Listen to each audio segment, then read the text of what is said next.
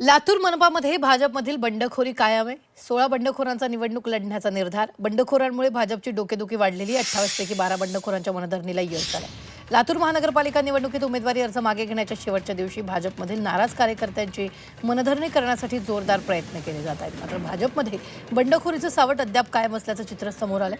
भाजपकडून एकूण 28 इच्छुकांनी बंडखोरी करत उमेदवारी अर्ज दाखल केले. त्यापैकी 12 बंडखोरांना अर्ज मागे घेण्यासाठी राजी करण्यात भाजपला यश आलंय.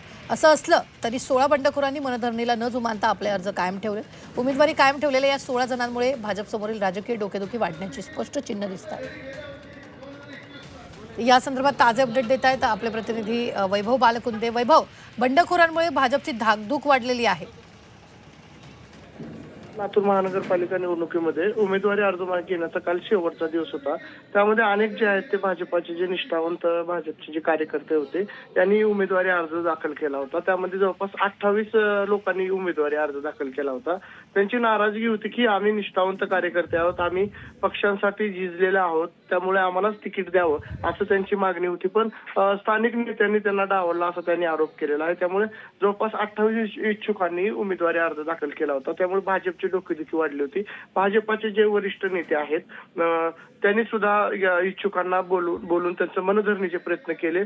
त्यामध्ये काही जणांनी काल अर्ज मागे घेतलाय, पण जवळपास 16 जे निष्ठावंत बंडखोर जे उमेदवार आहेत त्यांनी मात्र आपला उमेदवारी अर्ज मागे घेतलेला नाहीये.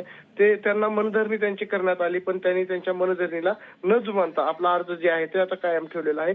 त्यामुळे आता जे अपक्ष उमेदवार जे आहेत इतर पक्षातून जे बंडखोरी केलेले आहेत ते सर्व जे उमेदवार आहेत आता एकत्र येण्याची शक्यता वर्तवली जात आहे. कारण हे 16 आणि बाकी इतर लोक येऊन जवळपास 50 जागेवर ते जे आहे ते उमेदवारी दाखल केलेली आहे. ते एकत्र येऊन निवडणूक लढवणार असं त्यांनी सांगितलेलं आहे. थोड्याच वेळामध्ये जे भाजपचे जे बंडखोर जे लोक आहेत 16 त्यांची आणि इतर अपक्ष उमेदवारांची जी आहे ते बैठक पार पडणार आहे.